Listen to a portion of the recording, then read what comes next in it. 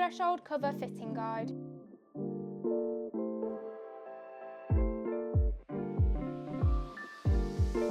Start off by removing your original threshold cover and remove the surrounding door seal.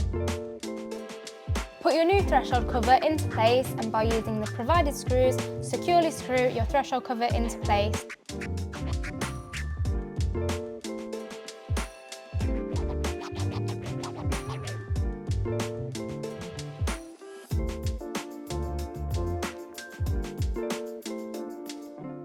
Next, apply the screw covers for a neater finish.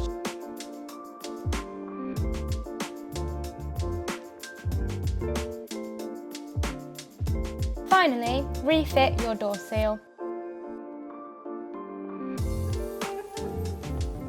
Available for the T4 to the T6.1. Shop now on www.vwtransporters.co.uk.